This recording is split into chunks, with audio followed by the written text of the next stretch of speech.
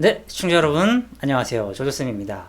오늘은 이제 분수에 관한 문제를 가지고 왔습니다. 물론 여러분들이 썸네일에서 보셨듯이 초등학교 방법과 좀 중학교 방법으로 좀 풀어보려고 합니다. 사실 이 문제는 초등학교 4학년 문제고요. 물론 난이도는 좀 높아요. 초등학교 한 4학년이 풀기에는 조금 난이도가 있지 않을까 싶습니다. 물론 여러분들이 초등학교 5학년이거나 6학년이면 뭐 다른 방법을 써서 풀 수도 있을 것 같아요. 오케이? 근데 약간 좀 조건을 걸면서 여러분들이 풀어봅시다. 재미로요. 알겠죠? 이 문제를 푸는데 여러분들이 물론 분수에 곱셈과 나눗셈을 배운 학생들도 있을 거예요. 그죠? 근데 이거는 쓰지 말기. 이건 쓰지 말기. 오로지 분수의 의미를 이해하고, 그리고 분수의 덧셈 뺄셈 요거를 이용해서 이제 한번 초등학교 과정으로 한번 풀어봤으면 좋겠어요. 마치 4학년, 난 초등학교 4학년이다, 아직 분수의 곱셈 나눗셈을 안 배웠다, 이런 식으로도 한번 풀어보고요. 두 번째는 선생님 저는 다 배웠으니까 저는 미리 좀 배웠어요 선생님, 중학교 걸로 할게요, 중등. 이때는 뭐 여러분이 다 쓰셔도 됩니다. 뭐 이거를 다 분수의 곱셈 나눗셈 쓰시던지, 뭐 미지수를 쓰던지, 물론 뭐 초등학생이면 뭐 네모를 쓰던지 각자 풀이대로, 알겠죠? 자기 마음대로 한번 풀어봐도 상관이 없고요. 근데 이 문제는 사실은 초등학교 4학년 거기 때문에 요렇게 한번 도전해봤으면 좋겠고, 그 다음에 이제 여러분들이 편리하게도 자기 마음대로 풀겠습니다. 뭐 이거 말고 이거 쓰든 중학교 걸 쓰든 자기 마음대로 풀겠습니다. 알겠죠? 자, 일단 문제 상황부터 보겠습니다. 문제 상황은 주머니에 빨간 구슬과 파란 구슬이 몇 개인지 모르지만 있어요. 그죠? 몇 개인지 모르지만 있는데, 어쨌든 빨간 구슬은 전체의 3분의 2보다 6개가 더 많고요. 그리고 파란 구슬은 전체의 6분의 1보다 9개가 더 많다라고 합니다. 빨간 구슬은 몇 개입니까? 라고 물어보네요. 오케이. 자, 여러분들이 한번 일시정지하고 직접 풀어봤으면 좋겠습니다. 일시정지하고 한번 풀어보시죠.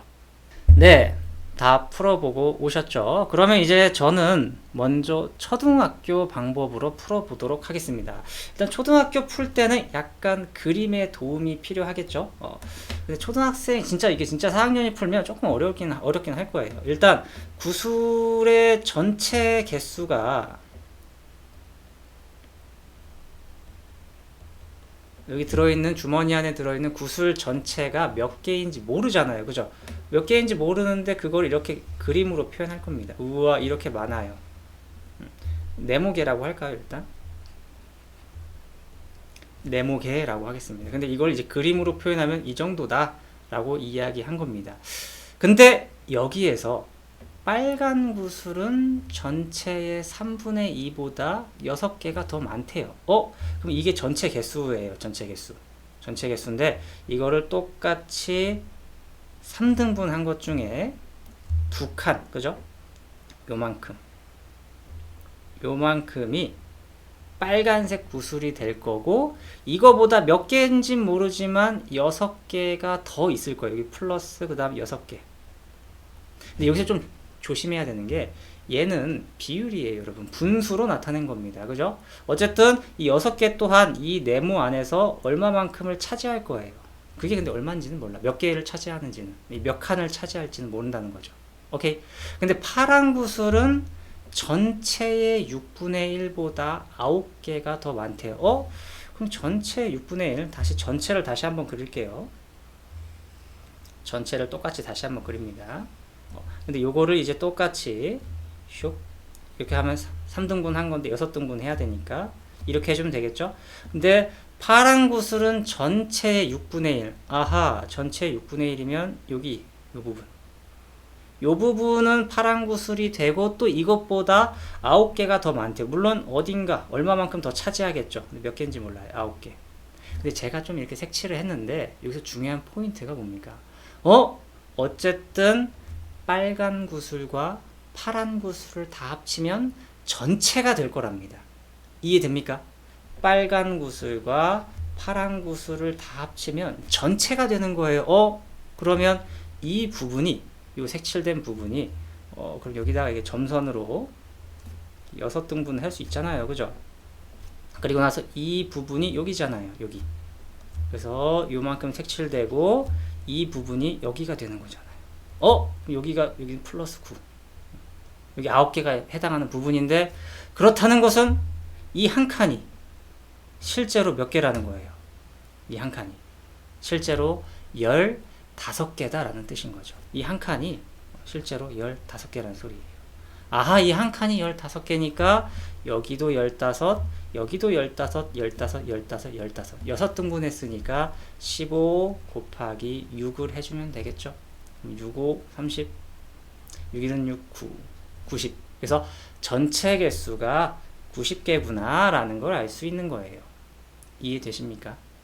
그러면 아하, 문제에서 빨간색 물어봤는데 빨간색은 이 한 칸당 15개였어요. 15, 30, 그럼 여기는 60, 그죠? 여기까지 60인데 6개 추가. 그래서 66개가 정답이 되겠네요. 이해되시나요? 이 한 칸이 과연 실제로 몇 개일까를 찾아보면서 문제를 푸는 거였습니다. 그리고 빨간색 구슬과 파란색 구슬을 합하면 그게 바로 전체 구슬이 된다라는 그런 아이디어로 문제를 풀어 나가는 거였습니다. 알겠죠? 그러면 이거는 이제 초등학생 방법이었고, 사실 그 이상, 5학년, 6학년 혹은 중학생 이런 친구들은 또 편하게 좀 더 풀었을 거예요. 아마 식을 세우기가 더 편하지 않았을까 라는 생각이 들어요. 물론 또 다른 풀이도 있겠지만요. 그래서 저는 이제 미지수도 쓸 거예요. 미지수 x도 쓸 거예요. 오케이. 근데 여기에서 x를 전체